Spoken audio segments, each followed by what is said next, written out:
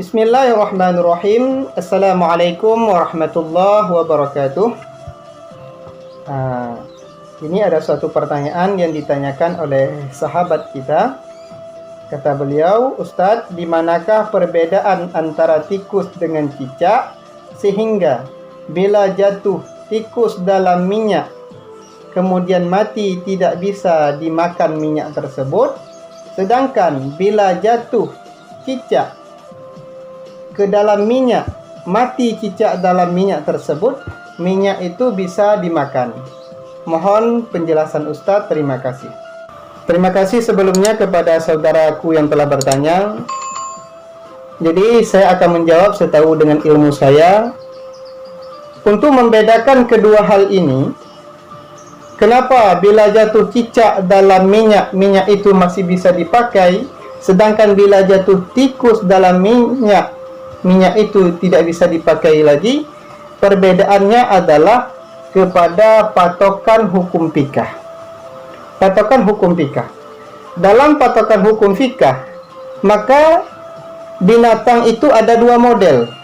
Yang pertama, binatang andaikan kita belah tubuhnya dia mengalirkan darah. Yang kedua, binatang andaikan kita belah tubuhnya maka tubuhnya tidak mengalirkan darah. Yang pertama, binatang andaikan kita belah tubuhnya mengalirkan darah, seperti tikus pada pertanyaan tadi. Kemudian yang kedua, ada binatang andaikan kita belah tidak mengalir darah. Bisalah kita katakan cicak. Maka kedua ini ada patokan hukum fikih.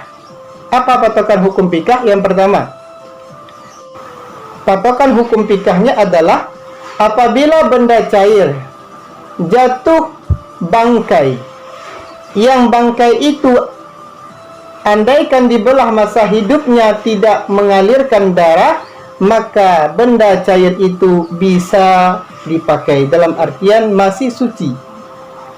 Masih suci. Termasuk dalam benda cair adalah minyak. Maka kalau begitu, bila minyak jatuh binatang, yang binatang tersebut andaikan masa hidupnya kita belah tidak membawa kepada menetes darah, maka minyak tersebut bisa dimakan. Termasuk dalam binatang yang tidak berdarah ketika dibelah tubuhnya masa hidup adalah cicak, kumbang, kemudian kecoa. Ini merupakan binatang-binatang yang andaikan dibelah masa hidupnya tidak mengalirkan darah. Itu yang pertama, patokan fikih begitu. Sedangkan untuk binatang yang andaikan masa hidupnya kita belah, kemudian tak kala matinya jatuh ke dalam minyak ataupun benda cair, maka minyak tersebut menjadi najis. Dalam artian, tidak boleh bagi kita memakan minyak tersebut. Mungkin cuma itu saja jawaban yang bisa saya sampaikan.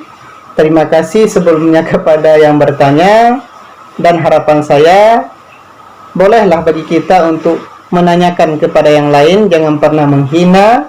Bila mungkin jawaban saya kurang memuaskan, boleh saudaraku memberikan masukan yang lain. Wallahu a'lam bishawab. Assalamualaikum warahmatullahi wabarakatuh.